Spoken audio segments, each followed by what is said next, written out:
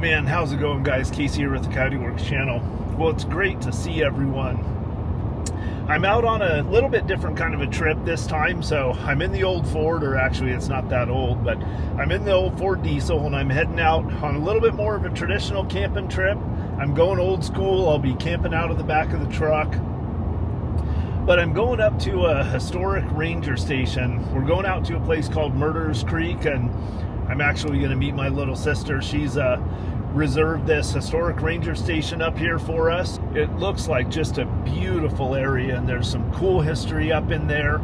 I know there's an old sawmill in the area. Hopefully we'll get a chance to tour that, an old sawmill site, I should say. I don't know that there's much left of it. But the area that we're going into, Aldrich Mountain area, is an area that I just really haven't explored a lot. So I'm looking forward to exploring it, hanging out with my sister, having some good food around camp, and I hope you guys enjoy tagging along.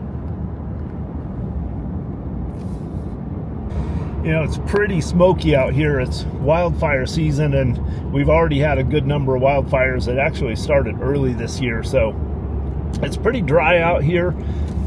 There has been some lightning the last couple of days. There were a few fire starts in this area, so we'll have to kind of pay attention to. I use an app called Watch Duty. I'm sure a lot of you guys are familiar with that, but Watch Duty is usually the first place that new wildfire starts show up on, so I'll pay attention to that. But the problem is, a lot of this area that we're going into, we won't have any cell phone reception at all, so we'll just have to keep our wits about us and pay attention.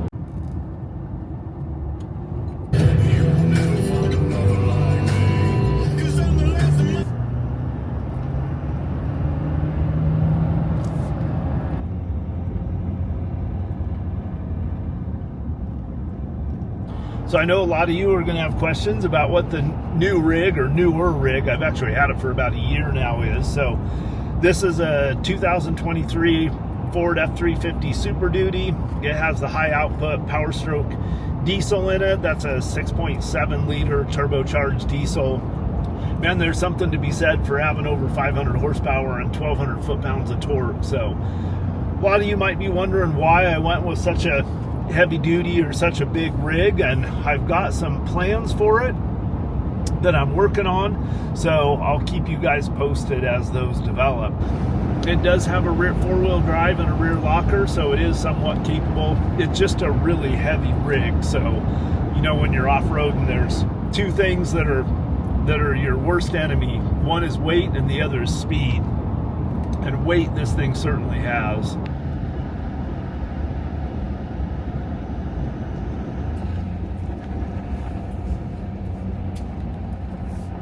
All right, well, we just turned off of the main highway. That was Highway 26, just a little ways east of Dayville, and now we're heading up the road up to Murderers Creek Guard Station. So I'm looking forward to this. I've never actually driven on this road before, which is kind of surprising. So I'm looking forward to seeing what this country looks like.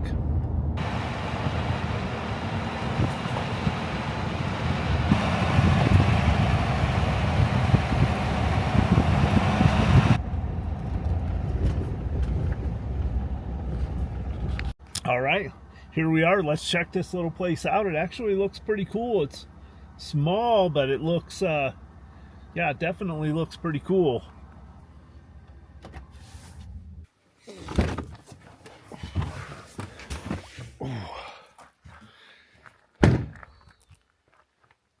All right, so there's the little guard station right there.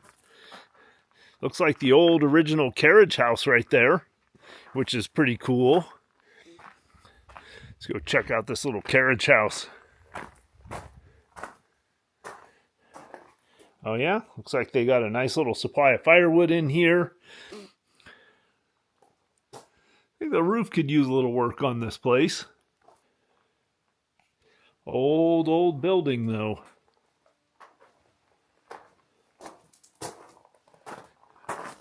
All right, let's walk over there and check out this little cabin.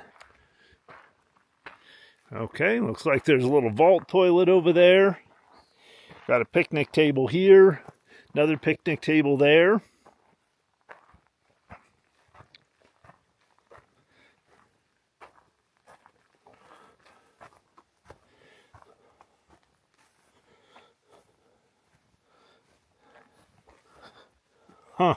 Very interesting. Looks like it had a cellar in it. Probably back in the day, that was the cold storage cellar. All right, let's go check this little thing out.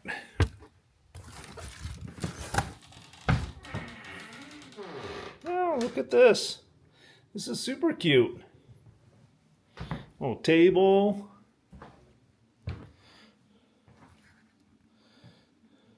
A wood stove there in the corner.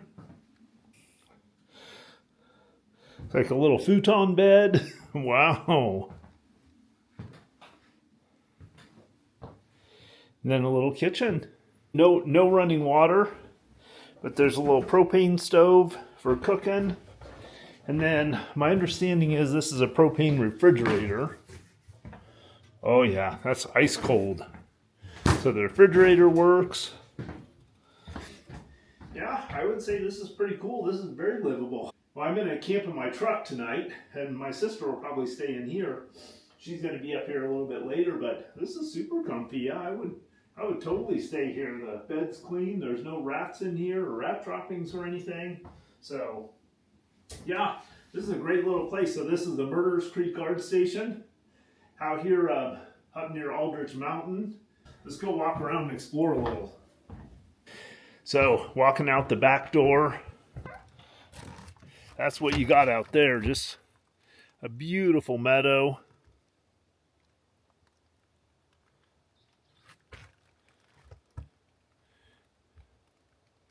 Very cool.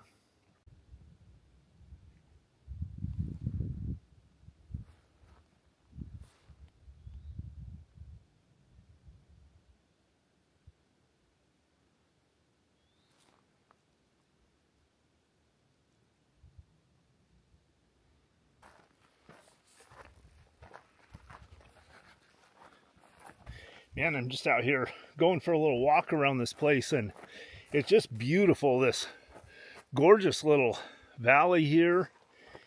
I'm kind of looking around, see if I stumble across the remains of any old camp spots, or maybe there might have been other cabins here. But also, and there's not a lot of bare dirt, but I'm looking in the bare dirt to see if there's any obsidian flakes or any sign of Native American inhabitation of this area, which I'm sure there was.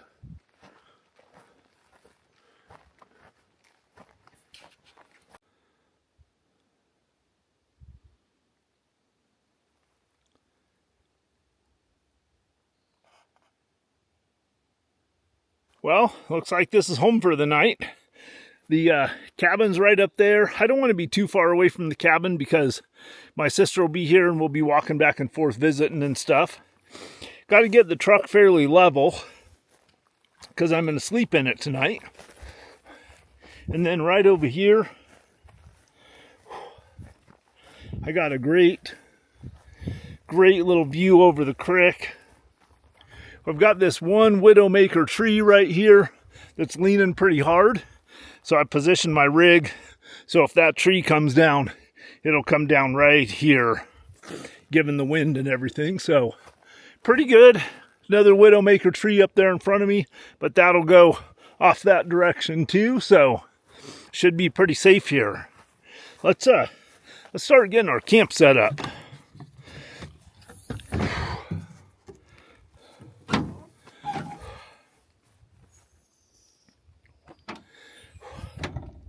So that's my entire load of camp gear right there. And actually some of that is just stuff that stays in my truck. All right, let me give you guys a tour of my camp. It's all set up. Took me about 9 minutes to set up my camp. Maybe even a little less. It's a pretty quick one. All right, so starting out, got my ready light set up. That's going to be my overhead light around camp tonight. I got a little wash station right down here. That is the Life Saver. It's a pressurized can. I can pump it up, and then this gives me pressurized water. So that's my wash station. Over here I got my chair, my Covea fold-up camp chair, really quick. Little camp table, my food box down there, my cooking box. Right there I've got a little single burner, I guess it's a gas one stove. I don't know, I just really like it. It's very compact. Got the Yeti cooler right there. And there's all my tools. So that's got my silky saw, axe, a bunch of tools. That just lives in the back of my truck. That's kind of my Pioneer kit. And then this is my sleeping setup. So we're going old school. I just got an old canvas and flannel lined sleeping bag. It's about a 40-degree bag, which should be plenty for tonight out here. See, I've got a carpet kit in the back of my truck. So it's nice and comfortable. It is a 6'10" bed. So that's just long enough for me. I'm about 6'2", almost 6'3". So that gives me just enough room that my feet don't mash up against the tailgate when I'm sleeping in there. So that's my camp setup. Pretty happy with that. It's very easy. It'll be, like I said, it's about 9 minutes or so setup time. Teardown time will be maybe just a couple minutes longer, but that'll be super fast too. And then check out this view from right here. So looking out over my camp, we got that nice creek bottom out there. We might even see some deer or some elk in the evening or the morning. So everything's all set up. I went down the canyon and had a hike earlier. My sister's not up here yet, so I think I'll just chill for a minute, enjoy a tasty beverage. It's really humid. I think we got a pretty good rain up here, maybe early this morning. There's a lot of puddles and things on the road, and the end result is it's really humid out here right now. So I'm just going to chill, have a tasty beverage, see if my sister shows up, and if she doesn't, we'll go off on another little adventure.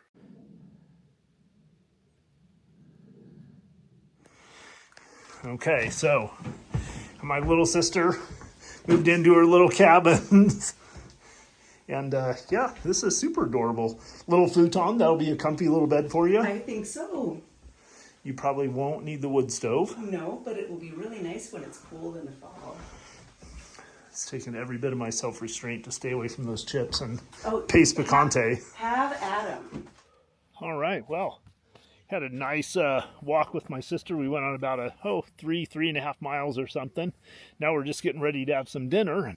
So I'm going to keep it simple tonight and have we're just going to have a backpacker's meal, a freeze-dried meal. I just need to decide which one. I've got a Trailtopia jambalaya, a bighorn, what is that, some kind of an Indian thing, huh? Oh yeah, chicken and mushroom marsala, bighorn chicken and mushroom marsala, or a Peak Bison Ranch Mashers, a Peak Chad Mendez meal. So I'm really tempted to, I'm really tempted to try this Trailtopia one. That jambalaya sounds really good tonight. Well, I think I'm going to do it. I'm going to have go for the jambalaya tonight. So this is going to be really easy to fix. I've just got to boil up some water and get it rehydrating. So I'm going to do that. Oh, this is nice. Beautiful out here, guys. So I got my Mountain House meal rehydrating there. In just a minute, I'm going to walk up to, back up to the little cabin up there where my sister's staying, and we'll visit with her a little bit. But this is my favorite time of day out here, is the evening when the sun goes down and the animals start coming out. All right, guys, well, I'm all snugged into the canopy topper here. I think it's going to be actually really comfortable tonight.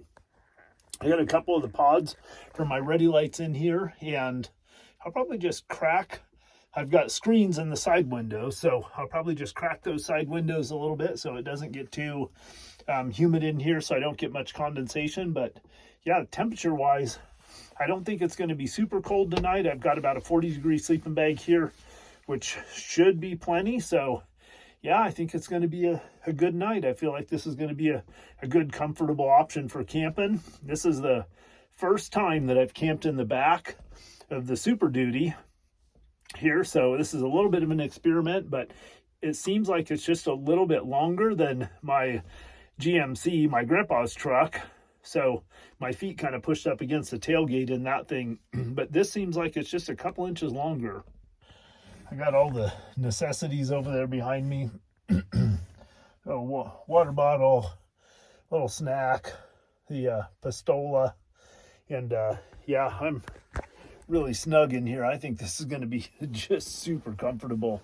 And I got this old school like flannel and canvas sleeping bag, and man, these things aren't great for extreme weather conditions, but for like inside a canopy like this, or even inside a tent in the summertime, like you really can't beat the comfort of a big wide rectangular canvas sleeping bag with a flannel lining.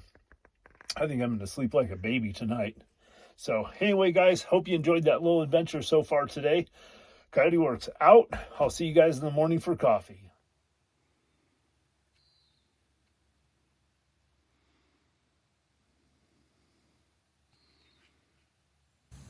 Well, good morning, guys. Man, I slept good last night. It was really, really comfortable inside the canopy. So yeah, this setup's a classic, but it's always a really comfortable way to go. So I think you guys will be seeing me having some more adventures this summer this way. It's definitely easier than the full Jeep rooftop tent setup that I have. I went a little lighter on a lot of stuff though in this trip.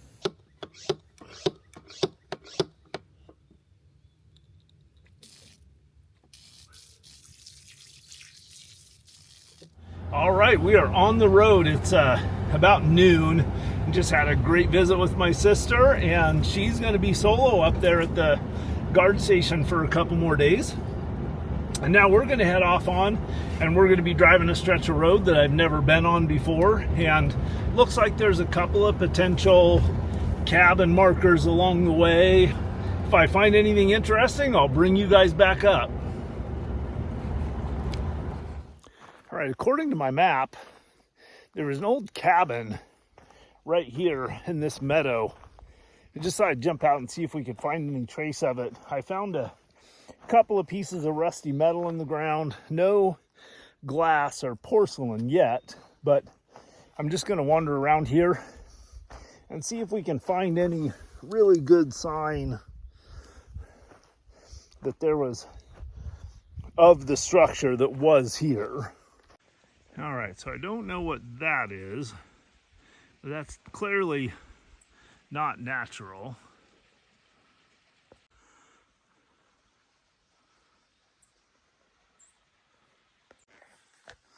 All right, here's some metal, and I saw some glass shining. Here's some more. Oh yeah, there's some more down there.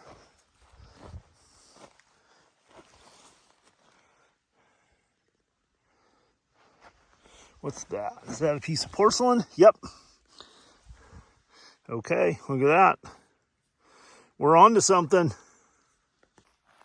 All right, well, I found enough to be very convinced that there was a cabin here, or at least that I found the remains of it. I know there was one here. I've read enough about it in the history books to know. But what a beautiful setting up here, man. You can really see how, gosh, if you're going to find a spot up in here to build a cabin, you could certainly do a lot worse. Well, that was the main thing I wanted to do here, was just confirm that what I've been reading was in fact true. So I'm convinced now that there was a cabin here, and I want to move on to another site. But this gives us a good map marker for another place to come back and explore more in the future.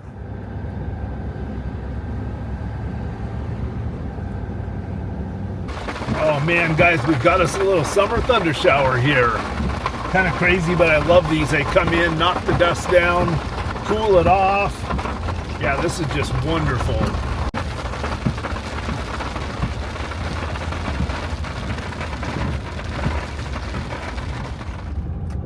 Well, pretty soon the sky cleared up, the rain went away, and I could see the blue sky through the clouds again. I decided to take kind of a long route home and take a stretch of road that goes down the South Fork of the John Day River. Around here, we always call it the South Fork Road. If you're heading down Highway 20, it takes off and goes north along the South Fork of the John Day River. And it is just an incredible drive. It's gravel almost the entire way, but it's in pretty good condition. And most of it traverses a pretty picturesque canyon kind of landscape.